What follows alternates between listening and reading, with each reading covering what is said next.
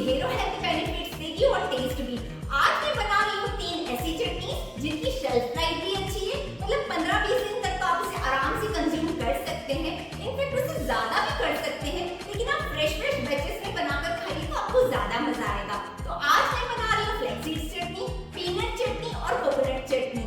और I know आप peanut और कोकोनट तो कंज्यूम कर लेते हैं, लेकिन आप फ्लैक्सीड्स कंज्यूम नहीं करते हैं। बहुत सारे लोगों को फ्लैक्सीड्स का टेस्ट अच्छा नहीं लगता है, पर आज की तारीख में फ्लैक्सीड्स कंज्यूम करना बहुत ज्यादा इंपॉर्टेंट है। फ्लैक्सीड्स में होता है ओमेगा 3 फैटी एसिड, जो आपकी हार्ट की हेल्थ के लिए बहुत इंपॉर्टेंट है और आपके बालों और स्किन को भी ढेरों न्यूट्रिशन देता है। तो आप ये चटनी बनाकर रखिए और रोज 1 टेबलस्पून आप अपने खाने के साथ खाइए, तो आपको पता भी नहीं चलेगा कि आपने कब फ्लैक्सीड्स खा लिए, टेस्ट भी मिलेगा और ढेरों हेल्थ बेनिफिट्स भी। तो चलिए रेसिपी शुरू करते हैं। बहुत ज़्यादा हेल्दी और टेस्टी फ्लैक्सीड्स चटनी बनाने के लिए हमें चाहिए फ्लैक्सीड्स। गैस पर मैंने चढ़ा दिया है पैन और गैस का फ्लेम मैंने मीडियम कर लिया है। तो अब हम ये फ्लैक्सीड्स को ड्राई रोस्ट करेंगे और हम इसे चलाते हुए तब तक रोस्ट करेंगे जब तक इसमें से पॉप होने की आवाज नहीं आती है। इसमें से पॉप होने की आवाज आ रही है तो गैस का फ्लेम मैं ऑफ कर रही हूँ। हम इसे बिल्कुल ज्यादा रोस्ट नहीं करेंगे, नहीं तो उसके न्यूट्रिशंस खत्म हो जाते हैं। पैन हमारा गर्म ही है तो हम 1 मिनट के लिए इसे चलाते ही रहेंगे ताकि ये थोड़े और रोस्ट हो जाएंगे।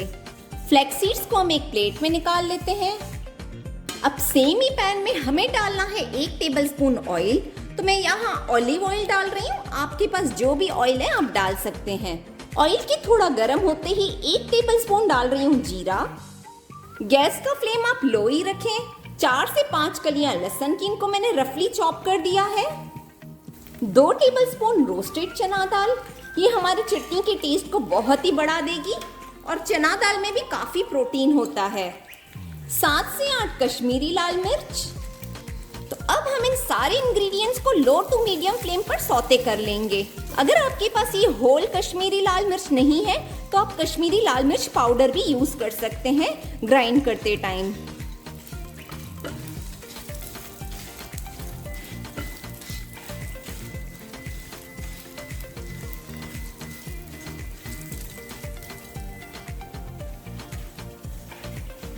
दो से 3 मिनट के लिए मैंने लो फ्लेम पर ही सारे इंग्रेडिएंट्स को सौते कर लिया है और अब गैस का फ्लेम मैं ऑफ कर रही हूँ और पैन हमारा गरम है तो हम उसमें फ्लैक्सीड्स डाल देंगे। इसके ऊपर हम डालेंगे 1 टेबलस्पून लाल मिर्च पाउडर, क्योंकि कश्मीरी लाल मिर्च तो तीखी नहीं होती है तो इससे थोड़ा सा स्पाइस लेवल बढ़ेगा इसका। 1/2 टेबलस्पून चाट मसाला, इस चटनी को चटपटा बनाने के लिए। बस सारे इंग्रेडिएंट्स को आप एक बार मिक्स कर लें और अब हमें सारे इंग्रेडिएंट्स को ठंडा करना है और फिर हम इसे ग्राइंड करेंगे। चटनी का मिक्सचर ठंडा हो चुका है तो एक मिक्सर ग्राइंडिंग जार में हम इसे शिफ्ट कर रहे हैं। तो इस चटनी को तो आप जरूर बनाएं क्योंकि ये आपको बहुत सारे हेल्थ बेनिफिट्स देगी। लास्ट में हम मिक्सर ग्राइंडिंग जार में ऐड करेंगे 1/2 टेबलस्पून ब्लैक सॉल्ट और 1/2 टेबलस्पून व्हाइट सॉल्ट, एक छोटा टुकड़ा गुड़ का। इस पर लगाएंगे लिड और हम इसे 80% ग्राइंड करेंगे। फ्लैक्सीड्स चटनी हमारी ग्राइंड कर ली है हमने। अब देख सकते हैं ये हल्की सी दरदरी है, बस ये एकदम परफेक्ट है। आज मैं जो आपके साथ चटनी शेयर कर रही हूँ आप उन्हें बनाकर एक एयर टाइट जार में डालकर रख दें और आप इन सारी चटनीज को महीनों एंजॉय कर सकते हैं। फ्लैक्सीड्स चटनी को रखते हैं साइड। अब हम बनाते हैं पीनट सेसमी चटनी, यानी कि पीनट और तिल की चटनी। पीनट और तिल की चटनी को बनाने के लिए हमें चाहिए 1 बोल पीनट और 1 बोल भर के तिल। सबसे पहले हम इन दोनों इंग्रेडिएंट्स को रोस्ट कर लेंगे। गैस पर हम एक पैन रख देंगे और गैस का फ्लेम मीडियम ही रखेंगे। अब सबसे पहले हम रोस्ट कर लेंगे मूंगफली को। मूंगफली को भी आप चलाते हुए ही रोस्ट करें जब तक इसके छिलके का कलर थोड़ा चेंज नहीं हो जाता। पीनट्स हमारे रोस्ट हो गए, इसमें से पॉप होने की भी आवाज आ रही है तो गैस का फ्लेम हम ऑफ कर लेंगे। मूंगफली को हम एक प्लेट में निकाल देते हैं और अब हम सेम ही पैन में रोस्ट करेंगे तिल को। तिल तो बहुत जल्दी सिककर तैयार हो जाते हैं, सिर्फ 1 या 2 मिनट ही लगेगा इसे रोस्ट करने में और तिल को आपको लो फ्लेम पर ही सेकना होगा। तिल भी हमारे रोस्ट हो चुके हैं, हमें इसे ज्यादा रोस्ट नहीं करना है, नहीं तो ये कड़वे लगेंगे। इसे भी हम एक प्लेट में शिफ्ट कर लेते हैं। अब सेम ही पैन में हमें डालना है 1 टेबलस्पून ऑयल। गैस का फ्लेम अभी हम लो कर देंगे। हम डालेंगे उसमें 1 टेबलस्पून जीरा, 5 से 6 कलियां लहसुन की, इनको मैंने रफली चॉप कर लिया है, 10 से 12 होल कश्मीरी लाल मिर्च। अभी हमें इन तीनों चीजों को लो फ्लेम पर ही सौते करना होगा। तीनों इंग्रेडिएंट्स को हमने भूंज लिया है, तो अब हम उसके ऊपर डालेंगे मूंगफली। मूंगफली के मैंने छिलके हटा दिए हैं। इसके ऊपर हम ये तिल भी डाल देंगे, 2 टेबलस्पून लाल मिर्च पाउडर, 1 टेबलस्पून चाट मसाला। हम सॉल्ट इसमें बाद में डालेंगे। बस आप इन सारी चीजों को एक बार मिक्स कर लें अच्छे से। अभी हम ये चटनी के मिक्सचर को अच्छे से ठंडा होने देंगे और फिर इसे ग्राइंड करेंगे। पीनट मूंगफली की चटनी का भी मिक्सचर ठंडा हो चुका है, तो हम इसे भी ग्राइंड कर लेते हैं। इसे भी हम सिर्फ 80% तक ही ग्राइंड करेंगे। और लास्ट में हम इसमें डालेंगे 1/2 tablespoon black salt, 1/2 tablespoon white salt. बस इसका लिड लगाएंगे और ग्राइंड कर लेंगे। पीनट तिल की चटनी भी है रेडी। अब हम इसे साइड रखते हैं और हम बनाते हैं हमारी थर्ड चटनी, कोकोनट साउथ इंडियन चटनी।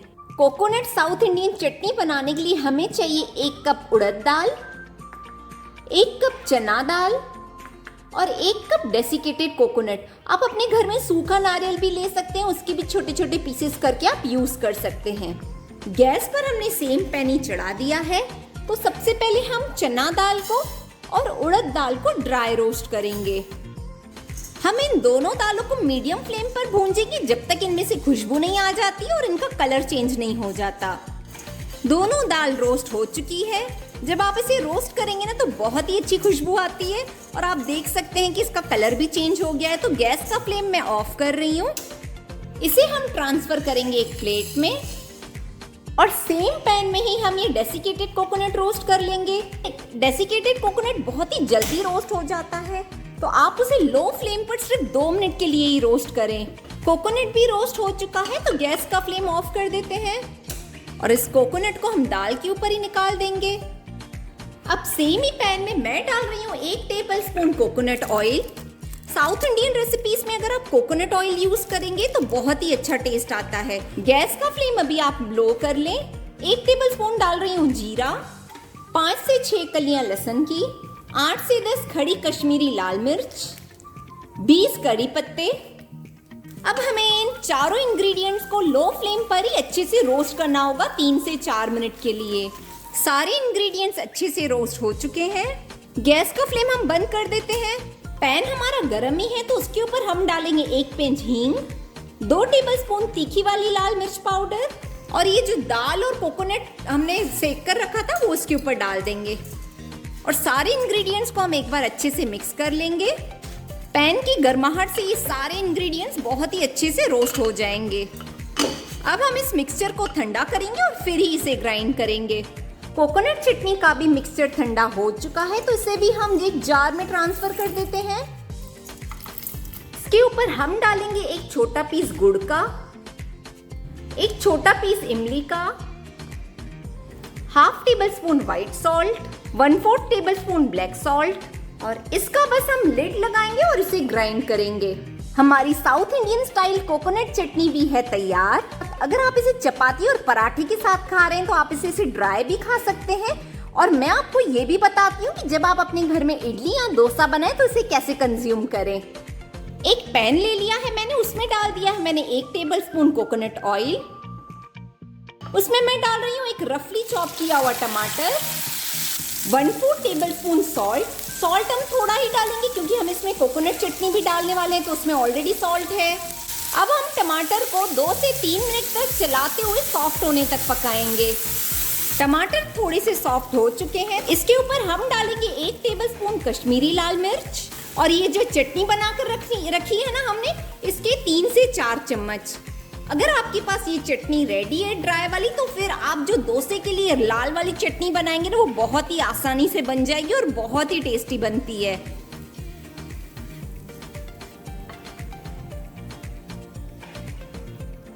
इसमें हम हल्का सा पानी डालेंगे, थोड़ा सा और पानी डाल देते हैं जब तक हमारी चटनी थोड़ी गीली नहीं लगती है। अब आप इसे सिर्फ 1 मिनट तक ही चलाते हुए हाई फ्लेम पर पका लें।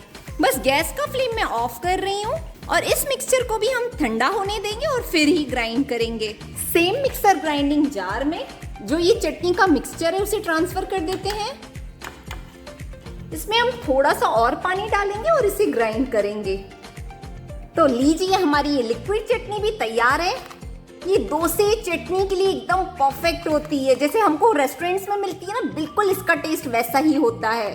इसे भी निकालते हैं एक बोल में और लास्ट में इसके ऊपर लगा दे हल्का सा तड़का। तो ये बन गई हमारी डोसे और इडली के लिए चटनी।